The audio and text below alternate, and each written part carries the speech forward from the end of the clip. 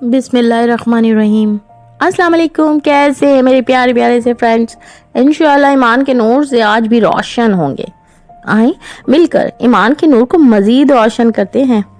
Tirmidhi शरीफ में है कि उम्मुल मोमिनीन हज़रत आयशा सिद्दीक़ा रज़ी अल्लाह ताला अन्हा इरशाद फरमाती हैं कि एक रात मैं रसूल खुदा सल्लल्लाहु अलैहि वसल्लम को अपने बिस्तर पर ना पाया तो मैं हुजूर अकरम सल्लल्लाहु अलैहि वसल्लम की तलाश में निकली तो मैंने आप सल्लल्लाहु अलैहि वसल्लम को जन्नतुल बकी में पाया कि आसमान की तरफ हुजूर अकरम सल्लल्लाहु अलैहि वसल्लम ने सर उठाया हुआ था।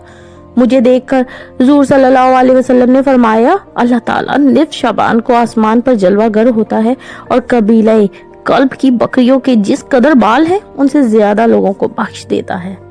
माह शबान की 15वीं शब की फजीलत मुश्कात में कुछ इस तरह मरकूज है। रसूल खुदा सल्लल्लाहु अलैहि वसल्लम ने इरशाद फरमाया, ए आयशा तुम जानती हो इस रात में क्या होता है? अर्ज की, या रसूल अल्लाह सल्लल्लाहु अलैहि वसल्लम बतलाइए इस रात में क्या होता है?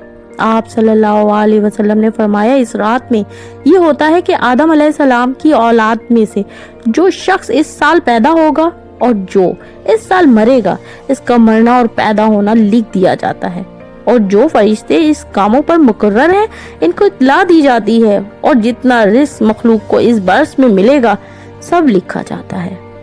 और इस 15वीं रात अल्लाह ताला सूरज डूबते ही इस दुनिया के आसमान पर तशरीफ लाते हैं और इरशाद फरमाते हैं कि कोई नेक बंदा ऐसा है जो हमसे बख्शिश मांगे तो इसको बख्श दें, कोई रिक्स मांगे तो हम इसको रिक्स दें, कोई मुसीबत का मारा दुआ करे तो इसकी मुसीबतों को दूर कर दे।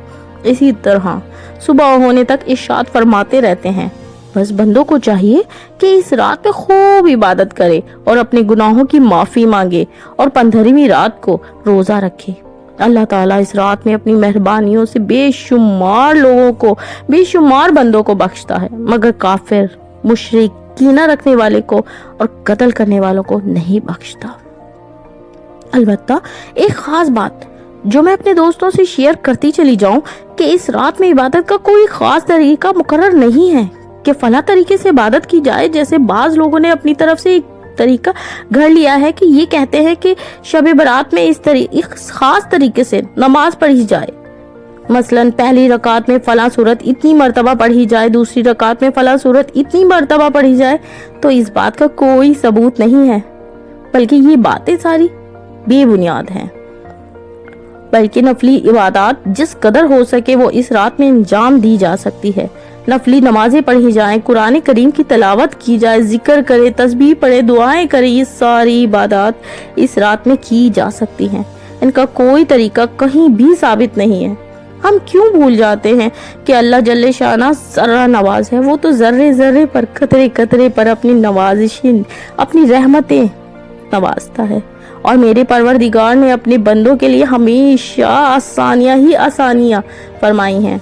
आगजात रहमतुल लिल आलमीन है।